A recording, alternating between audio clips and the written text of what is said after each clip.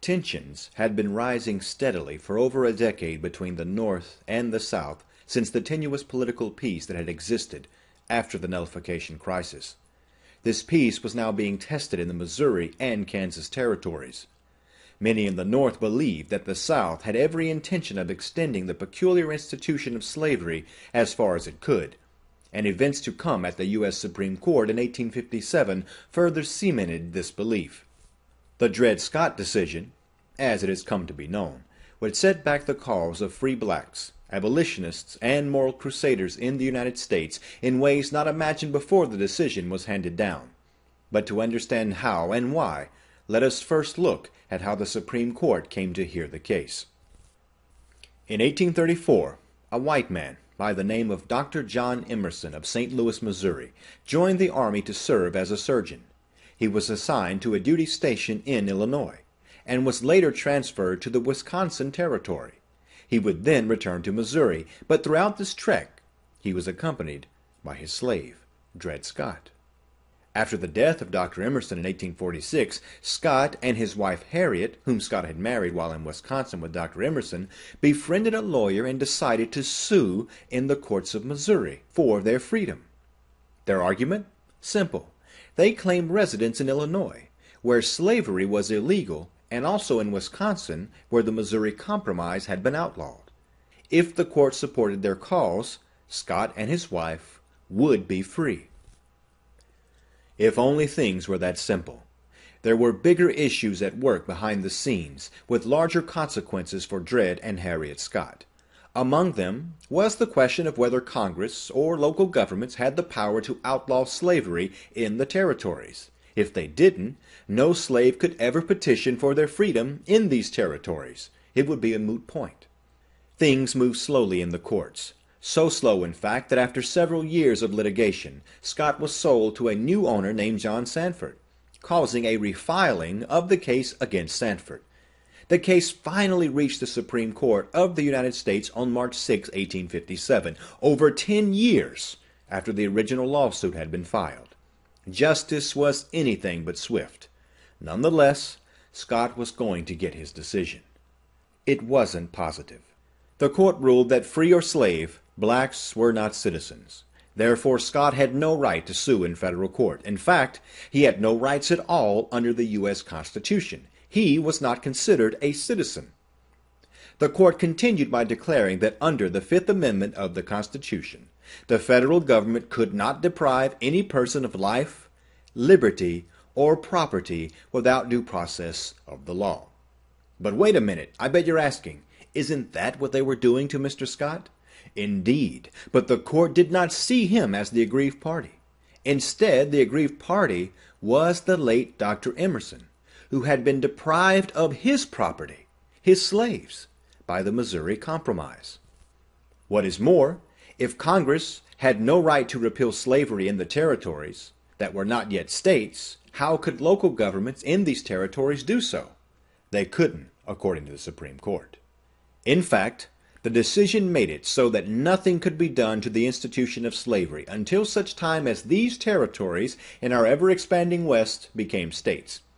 Until such time as they became states, slavery was as inviolate as the freedom of speech or religion or any civil liberty granted by the Constitution. In one fell swoop, it seemed, the court was saying that slavery was not some small, regionalized, peculiar institution, but instead a nationwide right that could only be abolished when states, not territories, passed laws to do so. It was a lot to swallow, not only for the defeated Mr. Scott, but for abolitionists across the entire country.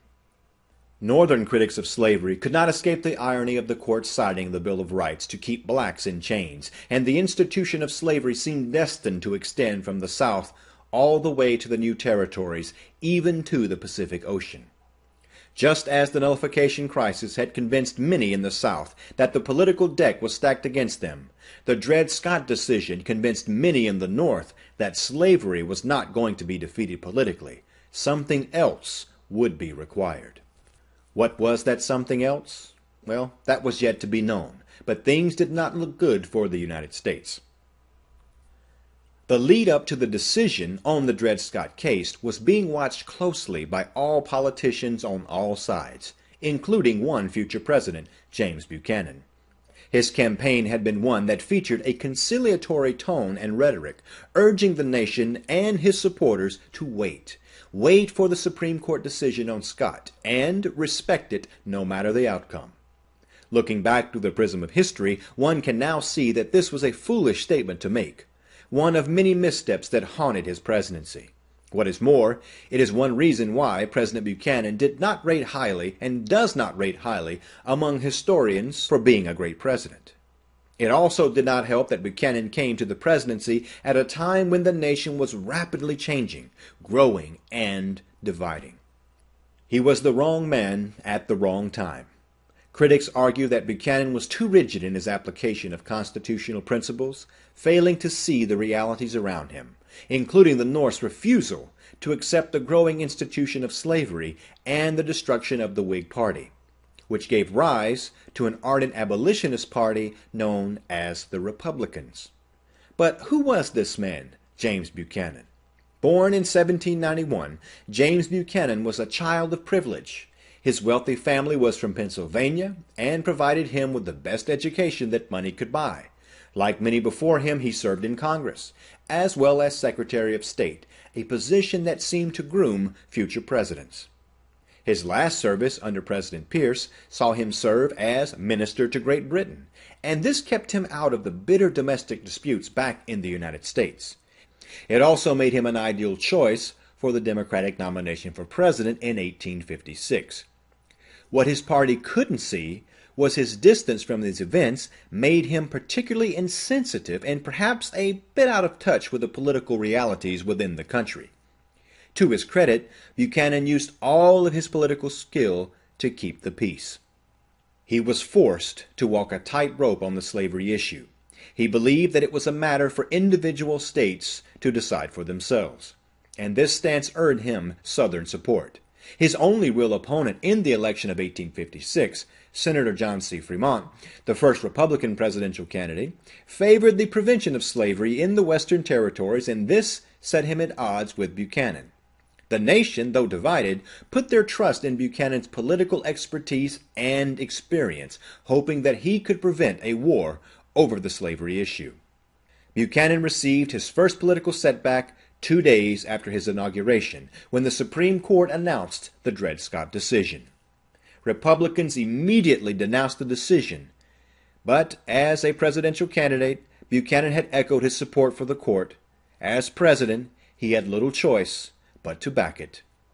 The country was divided like never before, on clear lines. Republicans were now exclusively a party of the North, anti-slavery and abolitionist to the core. The South was dominated by the Democrats, a pro-slavery and pro-states' rights party. Things would only get worse for the nation and for Buchanan, who found it increasingly hard to govern. Buchanan's presidency was now completely focused on keeping his base of support and keeping the Union intact, with little else accomplished in his 4 years. To win re-election and to mollify the South, he saw only one course of action: to bring Kansas into the Union as quickly as possible as a slave state. His fellow Democrat, Senator Stephen Douglas of Illinois, broke from his party and demanded a popular vote decide the issue of Kansas. This internal division was evident to every political power broker and served to weaken the Democratic Party from the inside. To add to his troubles, Buchanan now had to deal with abolitionists attempting to start riots and slave revolts. In 1859, a fiery abolitionist by the name of John Brown seized the southern town of Harpers Ferry, Virginia, in a futile attempt to spark an uprising of slaves. Although Brown was captured and hung, he did manage to kill 5 innocent people, and his actions drove another wedge between the North and the South. By the time of the election of 1860, the internal rift in the Democratic Party was too wide to repair. Buchanan had proven inept at handling the divisions tearing the country apart, and the split from the popular Douglas only served to further drain his political capital. The result was a Democratic Party divided into a northern and southern half. ensuring that the Republican nominee, a relative unknown lawyer from Illinois named Abraham Lincoln, would win the presidency. Angered by the inevitable election of an anti-slavery Republican, Southern politicians began making their move. But Buchanan, still president until March of 1861, held out hope that Southern states could be convinced not to secede through his personal presidential diplomacy. He quickly shifted tactics when he realized the South had no interest in the olive branch, but were instead taking up the sword. In December of 1860, South Carolina seceded from the United States. After South Carolina's actions, Buchanan took a more stern approach and ordered the resupply of Fort Sumter in Charleston, South Carolina. As the ship approached the fort, it was fired upon by South Carolina's militia on January 9, 1861. Buchanan retreated from active diplomacy and let the clock run out on his presidency. On April 12, 1861, just a few weeks after he left office, the American Civil War began. Buchanan had failed to prevent the nation from falling apart and left a political mess for his successor to clean up. Only now, the chaos would become more than political. Blood would be spilled.